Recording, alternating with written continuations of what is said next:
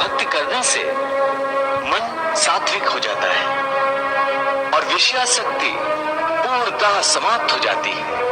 और यदि आसक्ति का नाश नहीं हुआ तो मनुष्य का सर्वनाश हो जाता है। सर्वनाश? हे अर्जुन, आसक्ति के मारे हर मनुष्य किसी भी विषय के आकर्षण और मोह में फंसकर सोते जागते निरंतर उसी का चिंतन करते रहते। जैसे कोई मनुष्य किसी सुंदर स्त्री के प्रेम में पड़ जाता है, आसक्ति की नींव पर काम की भावना उभरने लगती है। काम या वासना में थोड़ी भी रुकावट आने से क्रोध का आगमन हो जाता है। काम जनित अविवेक की आंधी से मनुष्य की स्मृति नष्ट हो जाती है और जब स्मृति भ्रंश हो जाता है तब बुद्धि नाश में कितना समय लगता है पार्थ? हे मधुसूदन, तुम कहते हो कि सर्वव्यापी परमात्मा की शरण में आओ, परंतु उस परमात्मा का स्वरूप क्या है?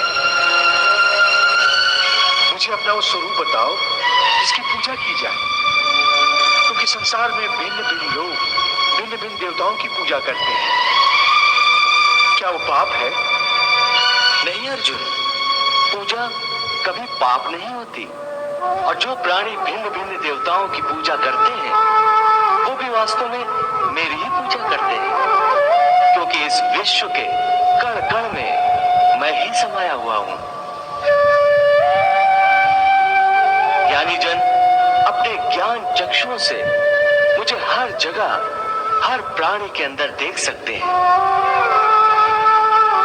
एक विद्वान ब्राह्मण में भी मैं हूं तो एक चांडाल के अंदर भी मैं हूं,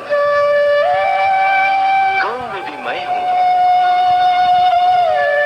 तो एक कुत्ते में भी मैं हूं, हाथी में भी मैं हूं